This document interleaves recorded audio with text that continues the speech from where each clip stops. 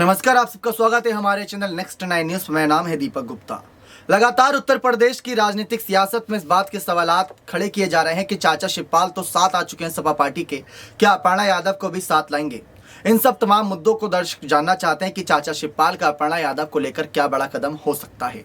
आपको जानकारी दे दे, अपर्णा यादव ने जब अखिलेश यादव ने चाचा शिवपाल के पैर छुए थे, शिवपाल यादव का सम्मान किया था, उनको पार्टी में वापसी का ऐलान किया था कि पार्टी के साथ हैं और मैनपुरी उपचुनाव में डिंपल यादव का समर्थन देंगे। तो अपर्णा यादव का एक बयान सामने आया था। उन्होंने कहा था कि चाचा शिवपाल के पैर पहले ही पकड़ लेने चाहिए थे। जेठ जी को पहले पकड़े होते तो शायद नतीजे कुछ और होते और पार्टी की किस्मत कुछ और होती।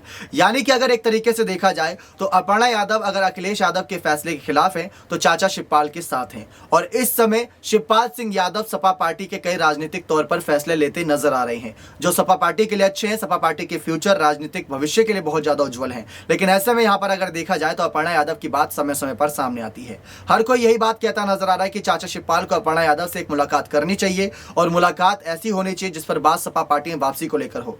अभी कुछ बिगड़ा नहीं है ज्यादा, क्योंकि अपर्णा यादव को बीजेपी ने कोई बड़ी जिम्मेदारी नहीं दी और हम अपने तमाम सहयोगियों से अगर जानने की कोशिश करते हैं कि अपर्णा को क्या जिम्मेदारी दें तो यहां पर सवालात कई सारे ऐसे थे कि अपर्णा को मेयर बनाया जा सकता है, अपर्णा को लोकसभा चुनाव के लिए तैयार किया जा रहा है। लेकिन उसमें से एक बयान यह भी सामने आया था कि बीजेपी अपर्णा पर इसलिए भरोसा करके जिम्मेदारी नहीं दे रही क्योंकि शायद अपर्णा यादव पाला बदल सकती हैं या जिस सीट पर जिस जगह से उनको ऐलान किया जाएगा उनके नाम का चुनावी पैगाम के लिए, क्या वहां पर धोखा दे सकती हैं। ऐसी कुछ बातें सहयोगियों ने की थी। लेकिन चाचा शिवपाल और अपर्णा यादव की मुलाकात की कुछ खबरों को लेकर अगर जानकारी दे तो खैर ये कयास है कि उनकी कोई मुलाकात होनी चाहिए और इस वजह से हमने ये कयास लगाए ताकि इन कयासों के जरिए ही सही लेकिन सपा में वापसी को लेकर अपर्णा यादव का कोई संकेत मिलता नजर आए। जैसा कि हमने कहा कि अखिलेश यादव के फैसलों की वजह से शायद अपर्णा नाराज हो सकती हैं, लेकिन चाचा शिवपाल का मान सम्मान वो भी अच्छे से करती हैं। और चाचा शिवपाल यादव को इस समय मुलायम सिंह यादव के कद का नेता माना जा रहा है कि उनकी तरह ही दावपेच दे सकते हैं सीएम योगी को। और अगर सीएम योगी को दावपेच देने के लिए सचमुच मुलायम जैसा कोई नेता आ चुका है तो क्या पता अगले चुनाव में यहाँ पर सपा पार्टी की वापसी हो। और खासकर मैनपुरी उपचुनाव जीतने के बाद तो यहाँ पर अखिलेश डिंपल के नाम का चर्चा काफी ज्यादा जोरों शोरों से पूरी यूपी की सियासत में। अपर्णा यादव ये सब कुछ देख रही है। अपर्णा यादव ने मैनपुरी से जब जीती डिंपल यादव तब बधाई भी दी थी।